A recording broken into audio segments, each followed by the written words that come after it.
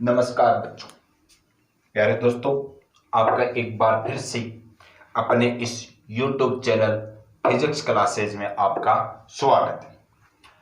आज का अपना टॉपिक है लेसन नंबर 2 में गाउस के नियम की उत्पत्ति। मतलब जो गाउस के नियम से संबंधित अपन ने फॉर्मूला लिया था, phi E is equal to q upon epsilon naught. इस सूत्र की अपन को क्या करनी है, व्युत्पत्ति करनी है। मतलब इस सूत्र को सिद्ध अपन को करना है। ठीक है, तो चलिए अपन आगे बढ़ते हैं अपने टॉपिक की तरफ। देखिए, ये कोई एक गोला है, ये कोई एक बंद गोला है। इसके केंद्र पर अपन ने, कहां पर, केंद्र पर अपन ने कोई बिंदु आवेश प्लस क्यू कंसिडर किया। यह गोले की त्रिज्या है। इस गोले को अपन क्या कर सकते हैं, अनेक छोटे छोटे अल्पांशों में बना हुआ मान सकते हैं। ऐसे ऐसे ऐसे इस तरह से अनेक छोटे छोटे अल्पांशों में इस गोले को बना हुआ मान सकते हैं। जब अपन अल्पांश मानेंगे, यहां पे देखिए अपन ने एक अल्पांश लिया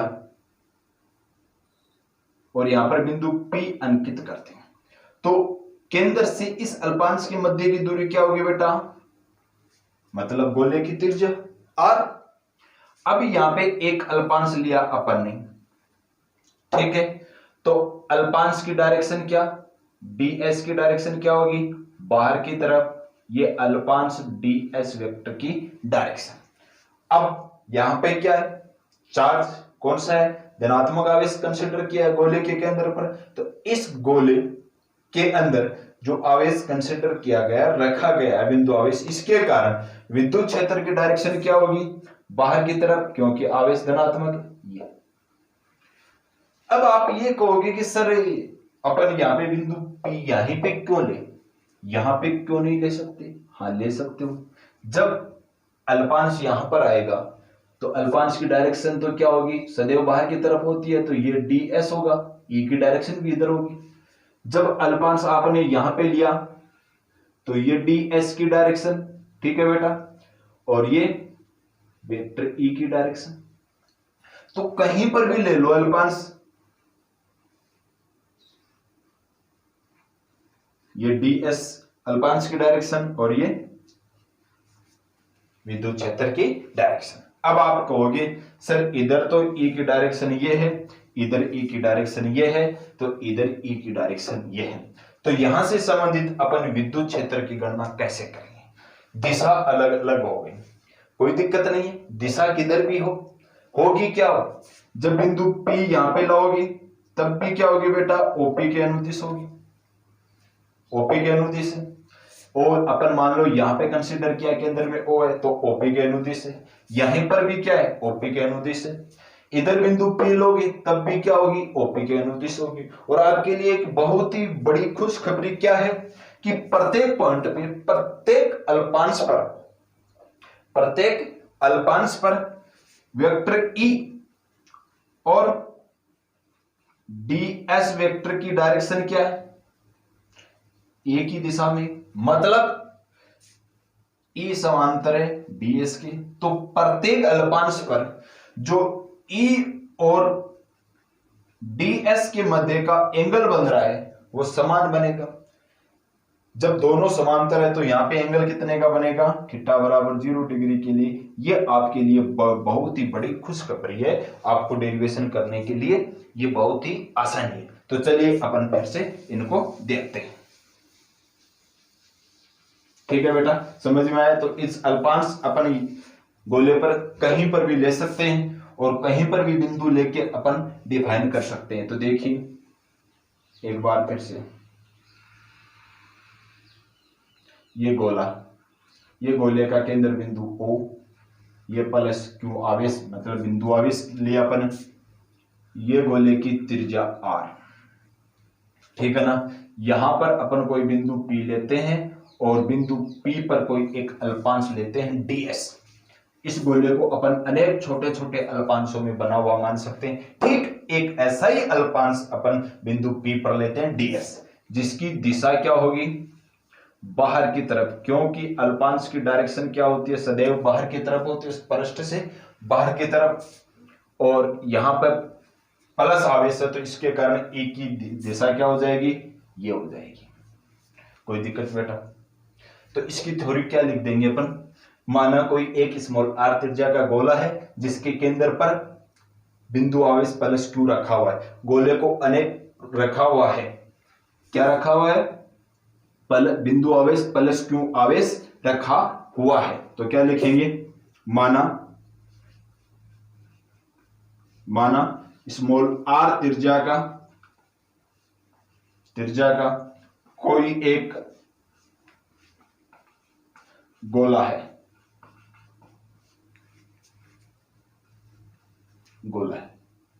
जिसके केंद्र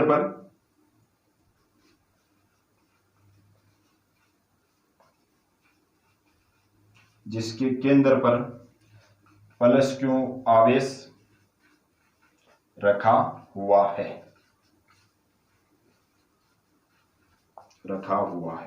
अतः गोले के पृष्ठ पर विद्युत क्षेत्र की तीव्रता कितनी होगी, लिख देंगे, अतः गोले के पृष्ठ पर विद्युत क्षेत्र की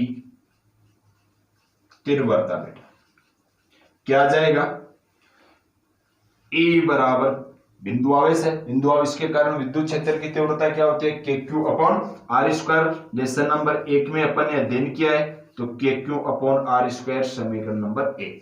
इसको अपन ऐसे भी लिख सकते हैं क्या, 1/4 pi epsilon naught into Q upon R square समीकरण नंबर 1। कोई दिक्कत बेटा? अब अपन क्या करेंगे, इस गोले को अनेक छोटे छोटे अल्पांशों में बना हुआ मान सकते हैं। ऐसा ही एक अल्पांश लेते हैं बिंदु P पर एक ऐसा अल्पांश लेते हैं जिसके कारण अपन इस अल्पांश के लिए संबंध क्या ज्ञात करेंगे, विद्युत फ्लक्स का मान ज्ञात करेंगे। ठीक है, तो अपन आगे बढ़ते हैं। कोई दिक्कत समझ में आई?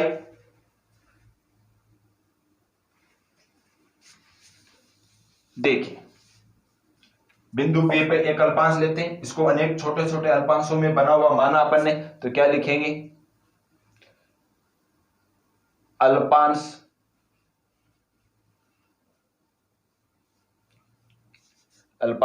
ds के लिए विद्युत फ्लक्स की परिभाषा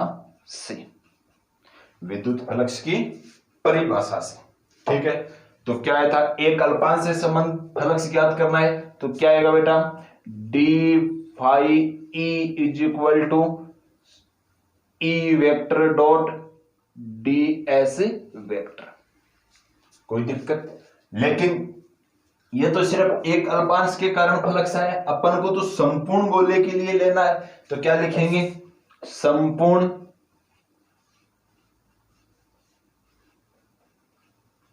गोले के लिए, संपूर्ण गोले के लिए मेरे प्यारे बच्चों क्या आ जाएगा, इसका समाकलन कर देंगे। समाकलन करते ही क्या हो जाएगा, इन सभी अल्पांशों का छोटे छोटे जो अल्पांश लिए इनका योगफल हो जाएगा। लेकिन ये गोला बंद है तो बंद पृष्ठ का निशान भी लगा देंगे, तो डी फाई ई का समाकलन क्या हो जाएगा, फाई ई आ गया प्यारे बच्चों। समाकलन बंद पृष्ठ है तो बंद पृष्ठ का चिन्ह, E vector dot ds vector. अगली स्टेप में क्या आ जाएगा बेटा, फाई ई बराबर समाकलन बंद पृष्ठ ई ds कोस थीटा। लेकिन मैंने बच्चों आपको बताया था E और ds दोनों समान दिशा में, इसलिए इनके मध्य का एंगल कितने का है, 90 डिग्री का है। चाहे किसी भी पॉइंट पे ले लेना, दोनों में यही समानता होगी, E और ds दोनों एक ही डायरेक्शन में होंगे। तो क्या लिख देंगे, चूंकि E समांतर है किसके, ds के, इसलिए थीटा बराबर कितना बेटा 0 डिग्री, और कोस 0 डिग्री का मान कितना होता है बेटा 1 होता है। कोई दिक्कत, समझ में आई बात? आगे देखिए, तो यहां पर फाई ई क्या आ जाएगा, फाई ई बराबर बता दो समाकलन बंद पृष्ठ E D S, cos theta की वैल्यू अपन ने थीटा के स्थान पे 0 रखा और कोस 0 का मान कितना 1 हो गया, तो ये आ गया मान हमारे पास। अब देखिए अगले स्टेप को, फाई ई बराबर ई अपन ने बाहर ले लिया, समाकलन बंद पृष्ठ डी एस, ये आ गया। कोई दिक्कत? अब देखिए अपन क्या करेंगे, चूंकि समाकलन बंद पृष्ठ डी एस, अब देखिए ये गोला है, एक अल्पांश का क्षेत्रफल कितना है ds है। ऐसे ये गोला क्या बना हुआ है, अनेक छोटे छोटे अल्पांशों में बना हुआ है, तो उन सब का योगफल कितना आ जाएगा, पूरे का गोले का क्या आ जाएगा, क्षेत्रफल आ जाएगा। तो गोले का क्षेत्रफल क्या होता है बेटा, गोले का क्षेत्रफल क्या होता है 4 पाई आर स्क्वायर। तो इस समाकलन बंद पृष्ठ ds का मान कितना आएगा 4 पाई आर स्क्वायर। क्यों आया, क्योंकि एक अल्पांश का क्षेत्रफल कितना है ds। ये गोला है, ये गोला किसमें बना हुआ है, अनेक छोटे छोटे अल्पांशों में बना हुआ है। तो जब अपन गोले का संपूर्ण क्षेत्रफल लिख देंगे तो ये मान आ जाएगा। समाकलन बंद पृष्ठ ds किसको व्यक्त करता है, गोले के संपूर्ण क्षेत्रफल को व्यक्त करता है। तो गोले का क्षेत्रफल क्या होता है 4 पाई आर स्क्वायर। इसलिए यहां पर बेटा पाई ई का मान कितना आ जाएगा, ध्यान से देखना, इसकी वैल्यू अपन ने फाइंड आउट की, यहां पे कितनी की है 4 पाई आर स्क्वायर। तो कितना आ जाएगा, रख दो E dot 4 pi r square, इसको दिया अपन ने समीकरण नंबर 2। अब आपको कुछ नहीं करना है, आपने कितने समीकरण प्राप्त कर लिए, एक तो समीकरण नंबर 1 ये प्राप्त कर रखा है और समीकरण 2 ये प्राप्त कर रखा है। अब नजर घुमाइए अपनी, समीकरण 1 में किसका मान है, ई का मान है, विद्युत क्षेत्र ई का मान है। तो ई बराबर कितना है 1/4 pi epsilon naught into q upon r square. और समीकरण 2 में क्या है, देखिए बच्चा, फाई ई बराबर है क्या, फाई ई बराबर है E dot 4 pi r square. तो अपन क्या लिख देंगे, इधर लिख रहा हूं, एक बार साफ करता हूं इनको, क्या लिखेंगे। अब बेटा कुछ नहीं करना, यहां पे ई है, यहां पे ई है, ये क्या कहेगा कि मेरे को इस समीकरण से बहुत ही अच्छा प्रेम है, उठ के यहां जाएगा और अपनी वार्तालाप करना शुरू कर देंगे। देखिए समीकरण 1 व 2 से जैसे ही अपन ये मान लिखेंगे, समीकरण 1 व 2 से भाई ई बराबर क्या आ जाएगा, ई का मान यहां पे ई है, ये समा जाएगा इसके अंदर। तो ये क्या होगा बेटा 1/4 pi epsilon naught into q upon r square. ये तो ई का मान रख दिया, अब गुणा में क्या है 4 पाई आर स्क्वायर, क्या बेटा 4 पाई आर स्क्वायर, ठीक है ना। अब देखिए आर स्क्वायर से आर स्क्वायर खत्म, क्योंकि जो बीच में इनके आड़े आने वाले हैं उन सबको भगाएंगे, क्यों, क्योंकि दोनों क्या करेंगे आपस में मिलाप करेंगे, जो इन दोनों के बीच में जो आ रहा है उनको तो हटाएंगे। तो एक तो आर स्क्वायर से आर स्क्वायर आ रहा था, खत्म कर दिया, तो चल भाग। एक क्या आ रहा है 4 पाई से 4 पाई आ रहा है, इनको भी चल, तेरा भी कोई काम नहीं है। तो यहां से फाई ई बराबर कितना आ जाएगा क्यू अपॉन एप्सिलॉन नॉट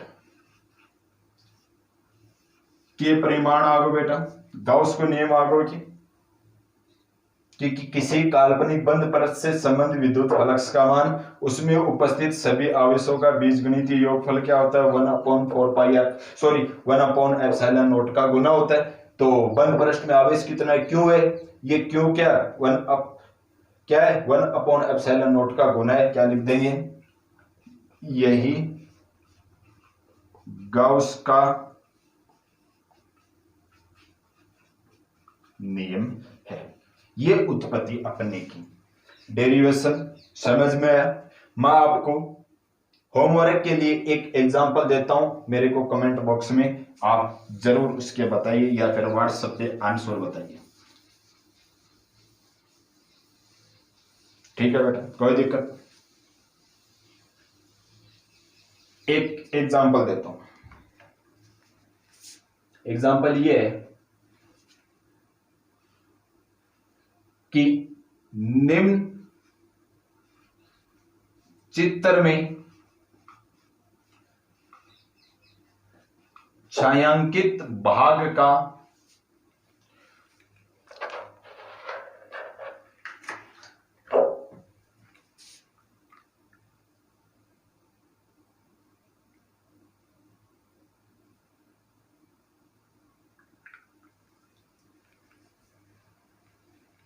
देखिए, निम्न चित्र में छायांकित भाग का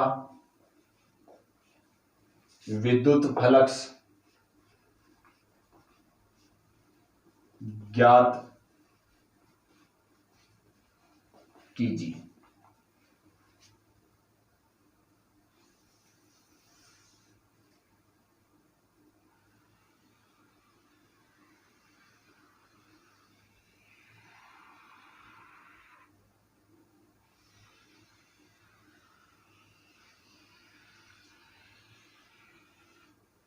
ये आपको छायांकित भाग दिया हुआ है इस चित्र के अंदर।